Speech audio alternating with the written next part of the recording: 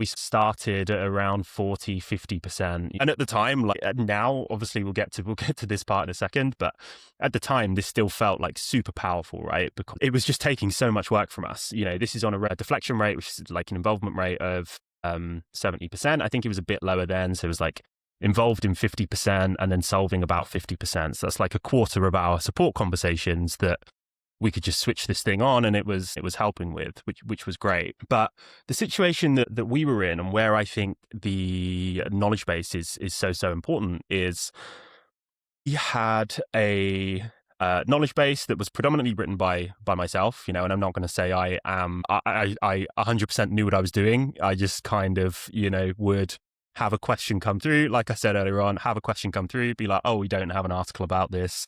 Quickly write one, and then it's on there. And so I was writing the way that I think it would make most sense for a human to read it, right? Which is paragraphs. You're reading it from top to bottom, and you know more. You get your answer at the end. And the issue was when we switched Fin on, or I'm sure any kind of support AI agent is very similar in this, is it made it very difficult for Fin to actually go in and pick the information that it needed, because it couldn't really find it in amongst all of my formatting and the way that I'd written it.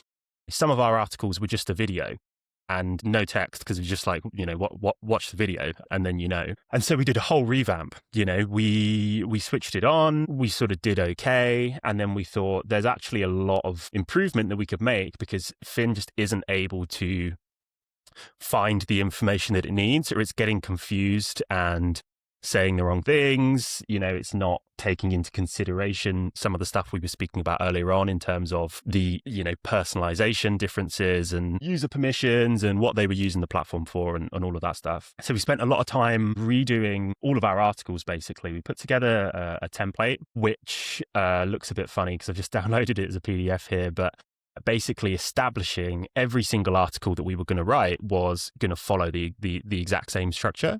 I was going to follow a structure that makes it really easy for both our human audience and our AI to go and read it. And I think that's the key part here is, we're now in a time where you're creating your resources for two different audiences at the same time and making sure that both of those are able to take that information on board. And so, what we end up with now is something like this. So short sentences, nothing sort of too long or too bulky. Obviously, we've got the GIFs. We've always had GIFs, but, a really clear sort of explanation of what's happening in the GIF, really sort of clear step by step, broken up into different parts of that feature and different things that you use it for, and just sort of, having the information really accessible here in short bits, so that if someone's saying, I want to view FlexiGrade data across Pupil Progress reports, Fin now knows it's going to come here, and it's, and it's going to send them this.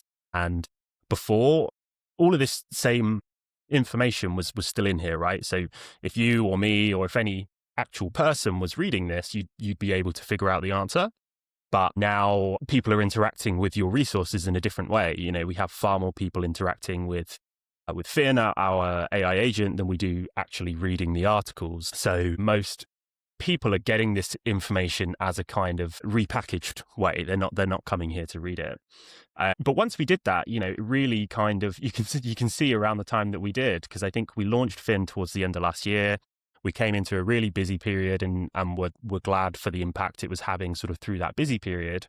And then for us, sort of into between January and April is sort of a quieter time for us. There's no exams and it's sort of a little bit calmer. And so we spent a lot of time actually going through redoing all of our articles in line with, this template, making sure that they followed it, making sure that if there were videos, there were very clear instructions as to what's going on in the video. And that's where you see this sort of really huge growth, and now we're a sort of consistent about 80%, maybe just under 80% in our resolution rate. And so it's doubled in the space of, from February to July. It's sort of almost doubled the resolution rate. And it's so powerful because, again, it comes back to sort of a couple of different things that we were speaking about, whereby the thing that this is really good for is taking away a lot of the really kind of straightforward stuff. How do I reset my password? How do I sort of do X, Y, or Z? And so what it does is it gives us more time to do a lot of the things that we were speaking about earlier on, in terms of, we have a really talented, really sort of smart support team who know everything there is to know about our product. But before this, they were almost wasting their time answering these questions that are like super simple, right? When they can be so much more valuable than that. And so, the support queries that were coming through now are just much more complex than they were before, because obviously, we're only getting the kind of the top level of complexity stuff. And we're also able to, kind of repurpose our support team a little bit to actually become even more valuable than they've ever been. And that is in terms of having these one-to-one conversations with our customers, the things we were speaking about earlier on, almost as an extension of a sales operation, because we're able to put so much more time into that stuff. And so it's a question that I sort of get asked quite a lot about, working in support, working in CX, and how is AI going to impact that. And I think AI is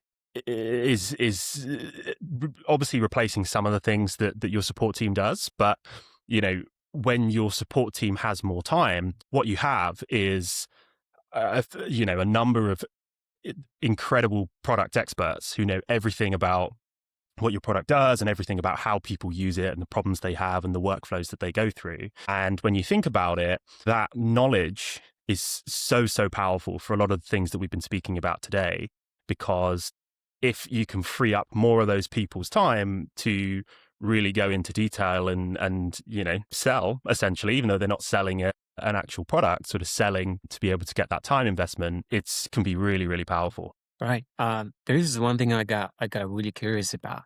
Mm-hmm. So how did you come to figure out that articles need to be written for AI, not just humans? What's that point of like realization look like? Can you take me back to? Yeah, absolutely. It's because there's a lot of work that goes into rolling out a technology like this. And I think for us, sort of where we came to realize that was, we spent a lot of time going through all of the wrong answers and all of the things that were being redirected to the team.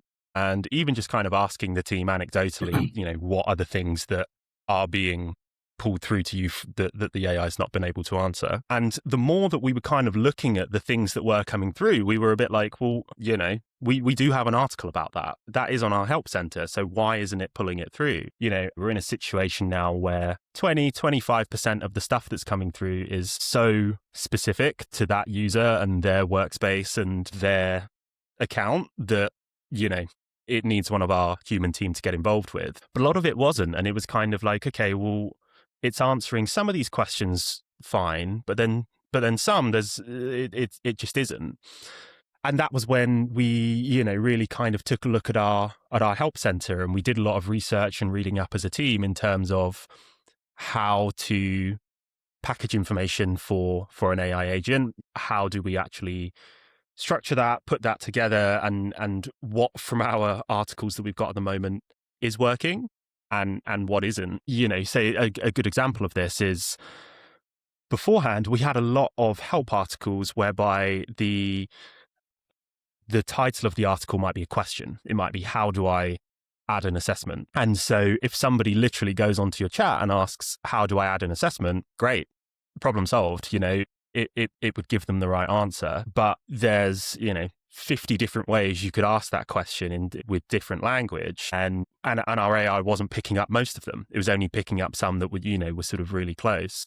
And so that's where this new template for articles came in, where sort of the understanding that was actually our problem, our blocker, was that, yes, we have the information, but it's not able to get to the information that it needs because of the way that we've written things or the way that our help center is structured at the moment. And so yeah, that was the main thing that we noticed there, was that we had the information, we had the articles, but it was still getting answers wrong. And then it was like trying to sort of put two and two together.